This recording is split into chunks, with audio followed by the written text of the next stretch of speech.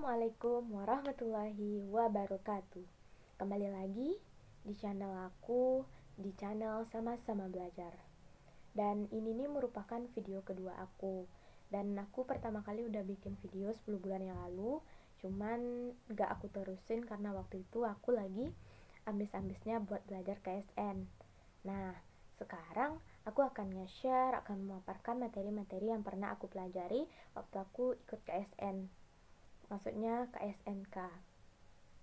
Dan materi-materi tersebut akan aku paparkan dan aku urutkan. Nah, sebelum aku memaparkan materi konsep dasarnya, sekarang aku mau ngasih tahu, teman-teman tahu nggak sih apa itu KSN? Nah, bagi yang nggak tahu, aku kasih tahu. KSN merupakan kompetisi sains nasional. Nah, KSN ini ada SD, SMP, dan SMA.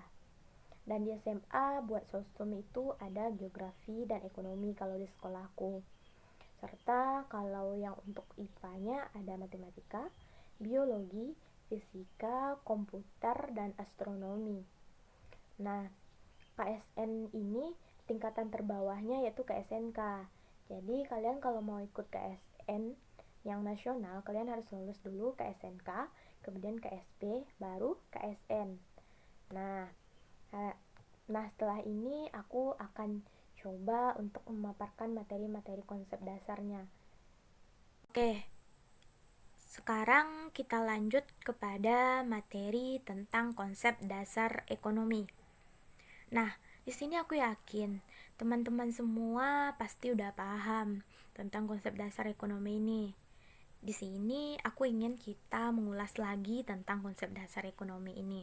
Walaupun kita udah paham, kita harus tetap mengulasnya biar kita terus ingat dan gak mudah lupa ya teman-teman.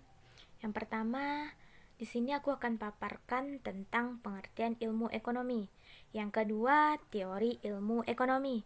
Dan yang ketiga, perbedaan ekonomi normatif dan positif. Pengertian ilmu ekonomi. Ilmu ekonomi menurut asal katanya yaitu berasal dari kata oikonomia, yaitu dari bahasa Yunani. Nah, kata oikonomia ini terdiri dari dua kata, yaitu oikos yang berarti rumah tangga dan nomos yang berarti mengurus atau mengatur. Secara lengkapnya, ilmu ekonomi adalah ilmu yang mempelajari perilaku manusia dalam memilih dan menciptakan kemakmuran. Jadi, di sini dapat kalian lihat bahwa perilaku manusia berarti manusia yang menentukan dan mengatur tentang perekonomiannya untuk mencapai kemakmuran. Yang kedua, teori ilmu ekonomi. Nah, teori ilmu ekonomi ini terdiri atas dua bagian. Yang pertama, teori ekonomi makro. Nah, teori ekonomi makro ini merupakan teori ekonomi yang membahas permasalahan secara global, keseluruhan, menyeluruh. Contohnya, inflasi, pengangguran, kemiskinan, dan lain halnya. Yang kedua, teori ekonomi mikro. Nah, ekonomi mikro ini merupakan bagian dari ekonomi makro yang merupakan bahasanya berupa lingkupan kecil atau khusus, biasanya dalam rumah tangga produksi, seperti dalam penetapan harga.